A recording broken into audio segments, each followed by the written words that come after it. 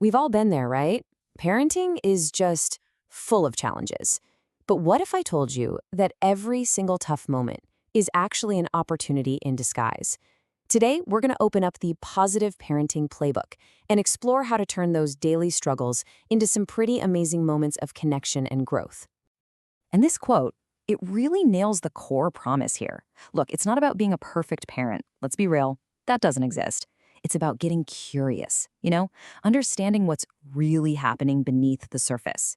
When you can do that, you can respond in a way that actually builds your child up and creates a home where they can truly shine. Okay, this question right here, this can literally change everything. Think about it. Your kid is in the middle of a full-blown tantrum. They're refusing to listen. They are pushing every single one of your buttons. What if, just for a second, we hit pause? And instead of seeing defiance, we asked ourselves, wait, what are they really trying to communicate right now?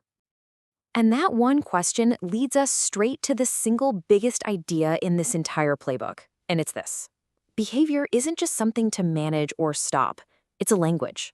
It's the main way your child tells you what's going on inside, especially before they have the words to say it. And when we say behavior, we mean, well, everything. The good, the bad, and the ugly. From sharing a toy to a meltdown in the middle of the grocery store. All of it is communication. A tantrum might just be their way of saying, I'm totally overwhelmed. Hitting could even be a super clumsy attempt to connect. Every single action is a signal of an unmet need or a really big feeling. So if behavior is a language, how do we get fluent? Well, it starts by understanding that pretty much every action serves one of four main purposes. Once you learn how to spot these, you can finally decode the why behind what your kid is doing. So let's break them down. This is basically your roadmap. Instead of just reacting to the behavior, we can look for its function. Is your child interrupting over and over? They're probably seeking attention. Are they refusing to do their chores? The function there might be escape. By figuring out the why, whether it's for attention, escape, access to something, or a sensory need, we can address the root cause instead of just the symptom. Understanding the why is half the battle. The other half is being proactive. This is all about setting the stage for success by creating an environment where your child feels secure and knows what to expect. Think of clear expectations and boundaries like the guardrails on a highway. They help them thrive. Here's a simple but super powerful shift in language. A child's brain has a really hard time processing a negative command. When you say, don't run, all their brain really hears is run. But when you say, please use walking feet, you give their brain a clear, positive instruction to follow. You're telling them what to do instead of what not to do. It's a game changer. But let's be realistic. We can't be proactive 100% of the time. Life happens. So what happens when we have to react in the moment? This is where a crucial choice comes in. Do we punish or do we teach? Let's dig into how to respond to missteps in a way that actually builds skills.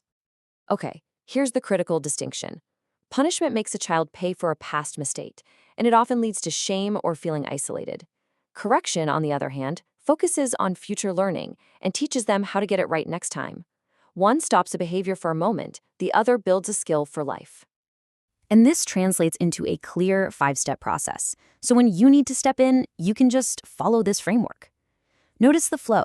It moves from clear identification of the problem to a logical consequence, all while you stay calm. And it ends not with anger, but with teaching, turning a mistake into a lesson instead of a conflict. Ultimately, all of these tools, understanding behavior, setting boundaries, correcting with connection, they aren't just about stopping tantrums today.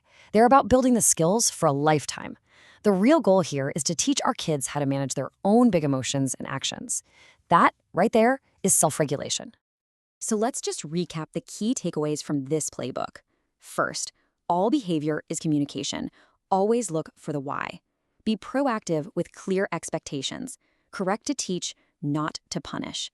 And maybe most importantly, model the calm behavior you want to see in them, because our kids are always, always watching. And we'll leave you with this final thought. What if your goal wasn't to control behavior, but simply to understand it? Making that one mental shift can change your entire parenting journey. It moves you from a place of conflict to one of connection, and that can transform your relationship with your child.